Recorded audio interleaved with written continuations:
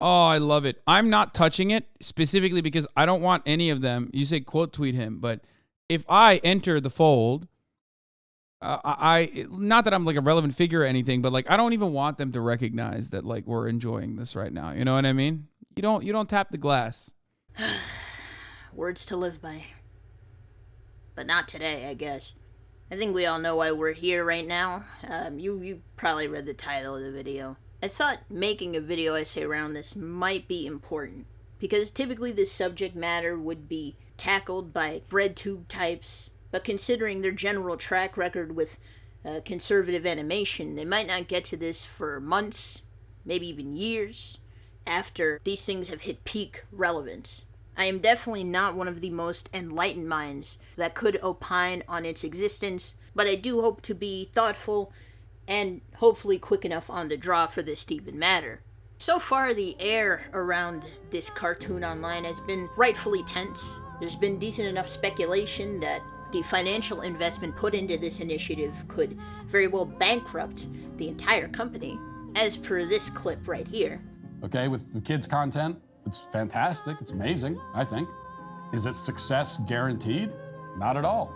People need to support it. If they don't, it could be a disastrous failure. It could take the whole company down, given the amount of financial investment we've put into it.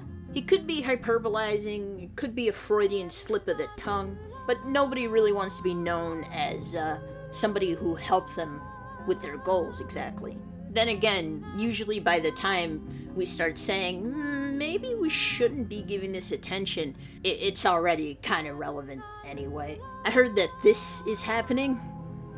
That's certainly a project. Even if you're not giving them money for it, I don't think it's smart to watch this directly on their platform, because that's still giving them access to metrics that they can use to better market their content in the future. I don't think it was particularly smart to post about it incessantly as you live watched it, especially if you're a one-man operation. And now all the Bluey fans have come out of the woodwork and they're yapping on about how inferior this project is, as if we needed a primer.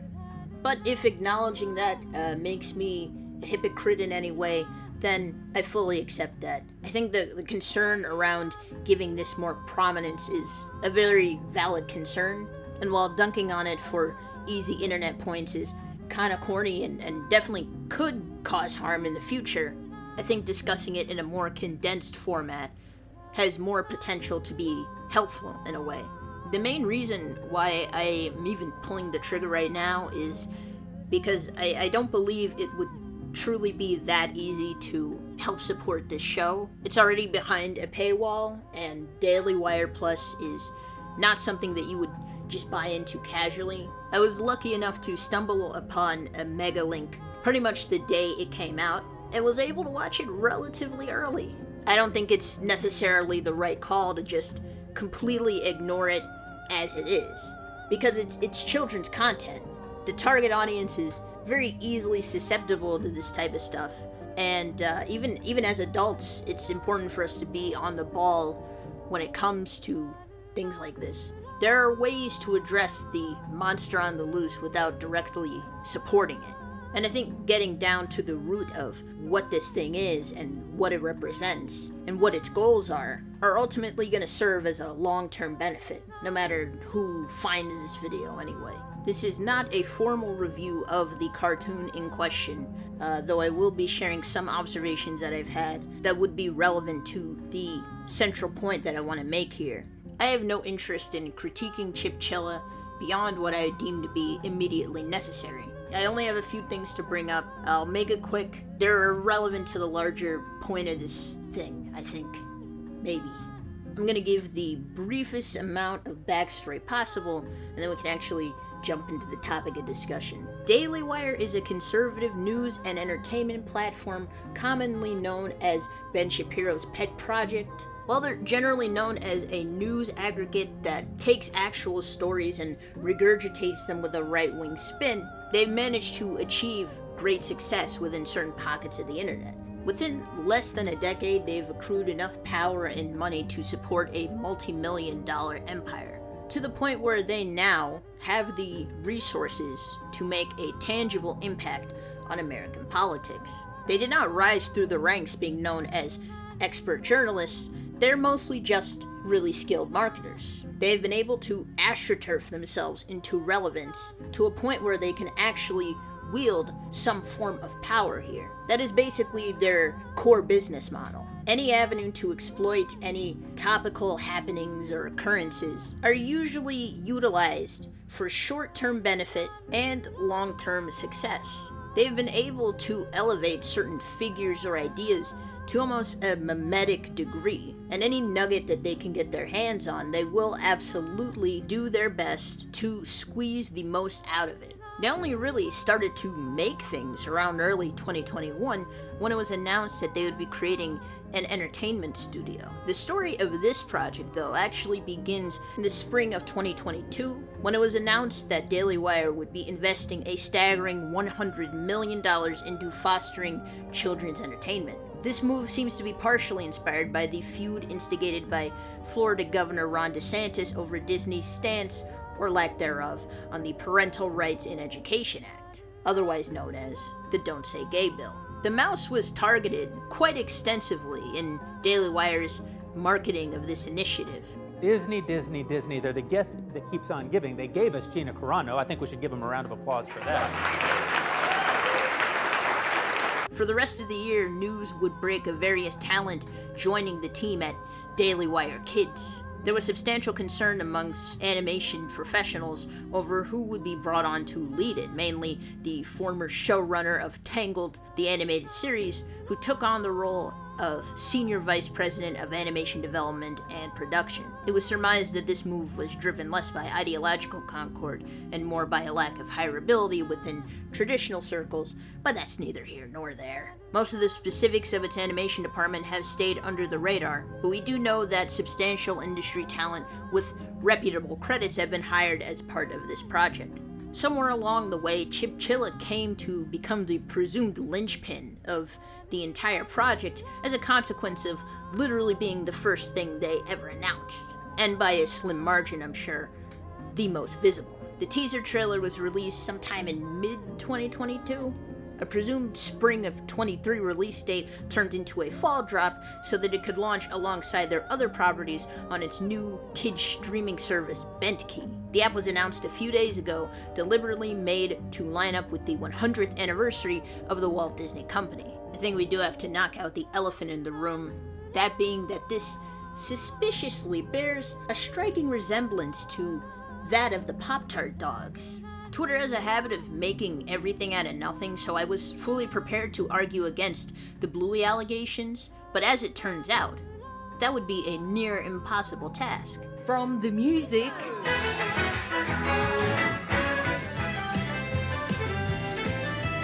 to the animation style and setting, new TV series Chipchilla is being dubbed a bootleg Bluey. I think it looks very similar. I think it's outrageous, and if I was Bluey, I'd go and sue them.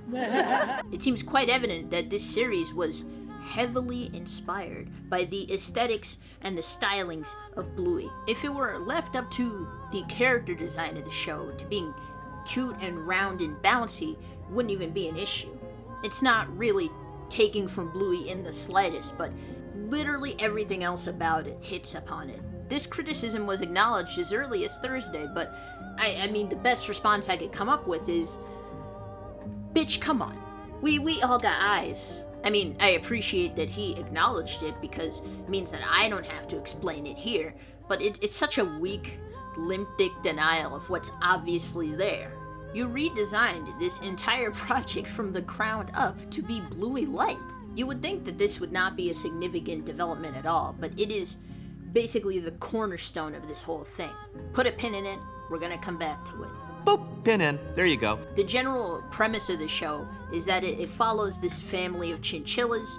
Both of the parents are homeschoolers, and every episode they teach their 3 children positive lessons, whether it be taking from historical events or just generally coming up with scenarios for them to play pretend around. And even with all that going on, it is mercilessly boring. Like, this is the blandest troupe of theater kids I've ever seen. I mean, there's lo-fi storytelling and then there's this. There's nothing wrong with more down-to-earth slice-of-life stories, but in order for that to work, whoever's part of your stories have to have an actual personality to them. And designs aside, I find it difficult to tell any of these guys apart. They're hitting the beats of an average TV family, but I don't see anything that distinctly defines them as the Chillas, or whatever the fuck they're called. I don't know. As an entity, they're way too broad, but it's not like they're excessively relatable. This family isn't really modeling much that anyone watching could easily pick up. No parent has time to construct a cardboard rocket ship, even if they are homeschoolers, right? I think the main point made for it is that the father in the series is very present and active in these kids' lives, which is cool, you know? But it would also be cool if the most basic lessons he taught were not too vague for children to understand. I remember one episode sticking out where the 3 chinchillas got to compete in their own version of the Olympics, and the middle kid, I think his name is Chip, believes in his own hype. He's so confident that he will take home a gold medal, but the problem is that he sucks at he's not good at one single event. Oh, right to the head. His frustration builds each time he eats dirt until he's forced to confront the reality he's been living in. Mom says it's better to at least be honest about your capabilities, and maybe with enough hours and proper practice, you can eventually accomplish your goals. But it's mostly being wrong. Just admit you were wrong first. So he's poised to take this advice, but with the final competition rapidly approaching, he's aware that he doesn't have any real chance to practice his non-existent skills. But that's okay, actually. Well, the next event is a 40-foot dash. You've been practicing running your entire life. Really? He ends up winning after all, but I'm not sure if the intended lesson was even communicated here. Kids aren't dumb, but they do need concrete examples to work with for the words to stick. If this kid didn't admit that he wasn't good at everything, would anything in this story really have changed? He did achieve success after he took this advice, but it was not a vital step in the process. A lot of the criticism so far has definitely been centered around it being a Bluey clone, which definitely turns into white noise after a little while, but it's understandable. It's been speculated well enough that it emulating Bluey so closely is part of the master plan to get people talking about it. But I do think it goes a little bit beyond that, right? In a perfect world, a ripoff of this caliber doesn't have any market share, right? It's not touching Bluey in all of its preeminence. It doesn't work hard, it doesn't play hard. It cannot develop its own audience as its own thing. It can only really appeal on the most surface level.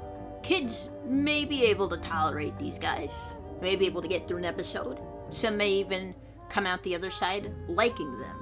But the actual show has so little staying power. I mean, doesn't that go against the point of the entire process? When I had first heard of the dailywire Kids experiment, I assumed it would be a genuine concoction of some mid-tier concepts. But then I learned that the streaming service has acquired content on it now. They got like Ernest and Celestine and the Clangers on that shit. But before that, I thought their line of thinking was, if the ideology is seen as poison, any morals espoused from that side are automatically off limits.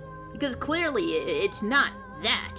I think those little anteater looking space aliens are just as big on sharing and exploration as chipchilla would be.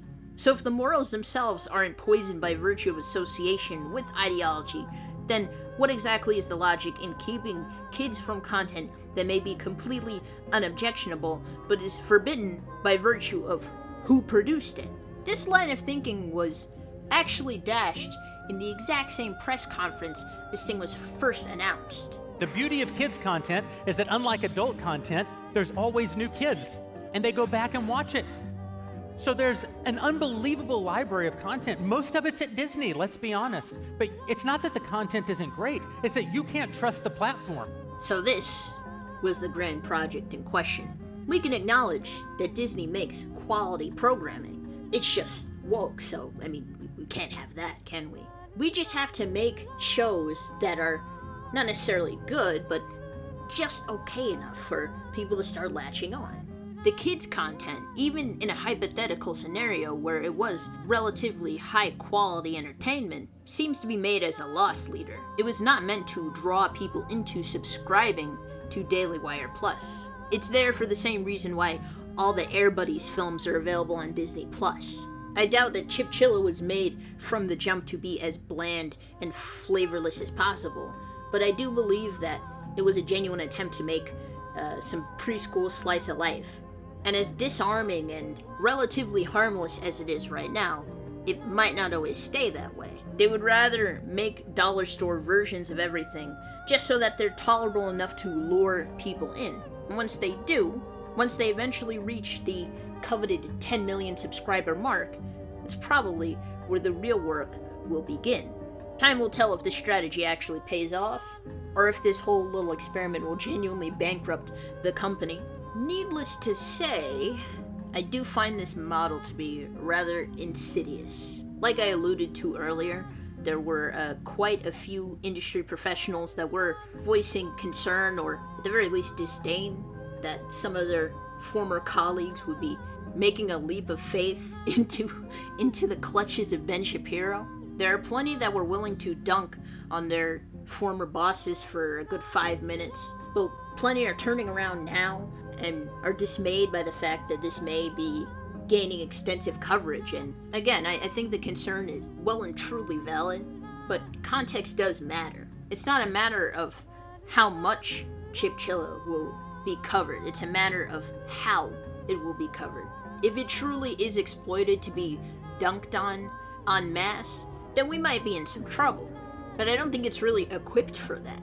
I think if there's anyone rife to be exploiting this property, it's nobody that's part of the cartoon community, whoever you consider to be a part of that.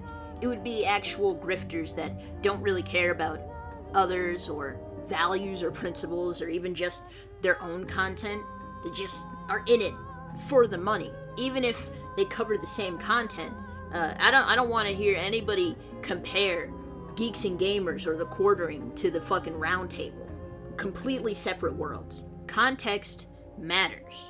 It is important. And if there's one thing that cannot be lost in the shuffle when tackling these issues, it is the wider context of the situation. Actually, if I may address the industry folks in the audience, all 5 of you that may stumble across this thing, there may come a time where you learn that a friend or a colleague or somebody else that you trusted ended up working on one of these cartoons. And if you were ever to be stuck in that situation, I imagine it would be at least a little confusing, but I don't think it's time to pick up the pitchforks and the torches.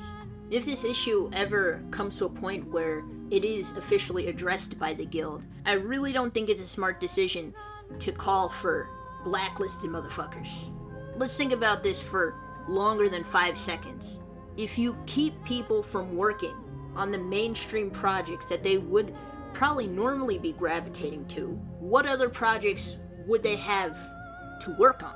If they had to eat, if they had to sustain themselves, they're probably going back to dailywire and all these other sources that would support them, even if it would be through a project of which they don't agree with. I think it would be a mistake to let old Benny Boy have the majority of the leverage here.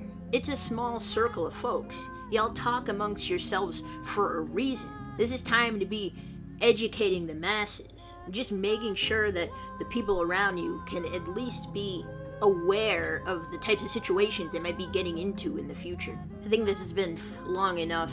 If I can try to cap off here, I think that the strongest impression that this series has left on me was bringing me back to a time where shit like the left can meme or the right can make good art started like cropping up en masse. It feels like probably around the time of Gamergate where stuff like that was really picking up steam. And it's obviously bullshit, right? I mean, there's plenty of great right-leaning conservative artists of every discipline. That includes animators, that includes actors. I don't think any of them are to be found within the Daily Wire, but that's neither here nor there.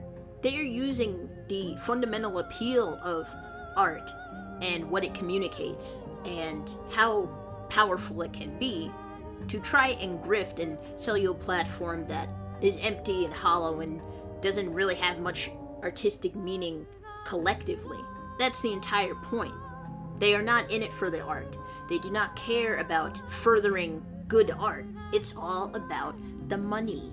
That's all it is, man. There are plenty of other poorly written, sloppily produced, propagandist works of animation that are also ideologically disposed, like the Tuttle Twins or Freedom Toons or Leo and Layla, Stone Toss Comics. And I mean, there's plenty of good, wholesome, traditionalist entertainment, like Veggie Tales, Gerber, Boz the Bear, Bible Man. Who doesn't love Bible Man? If it were truly about the art, you would have known by now. But as a consequence of the greatest grift of all time, they're slowly seeping into these industries. They're seeping into these areas of great meaning and discovery for a lot of people. Do not let them take that shit over. We should not be feeding the trolls, but we cannot completely ignore them either. To pretend as if they are not there is basically handing them the keys to the castle. Self-awareness is one of the greatest tools an artist can have at their disposal. It is the key to a lot of great art, and is something that these people will never truly have. The idea of taking Brett Cooper and throwing her into some Norwegian forest and reclaiming the idea, the visage of Snow White for themselves, seems like something that could only be conjured up as an SNL skit. And as long as there are people around that value and protect real art, good art, well-rounded art, that is exactly how it'll stay.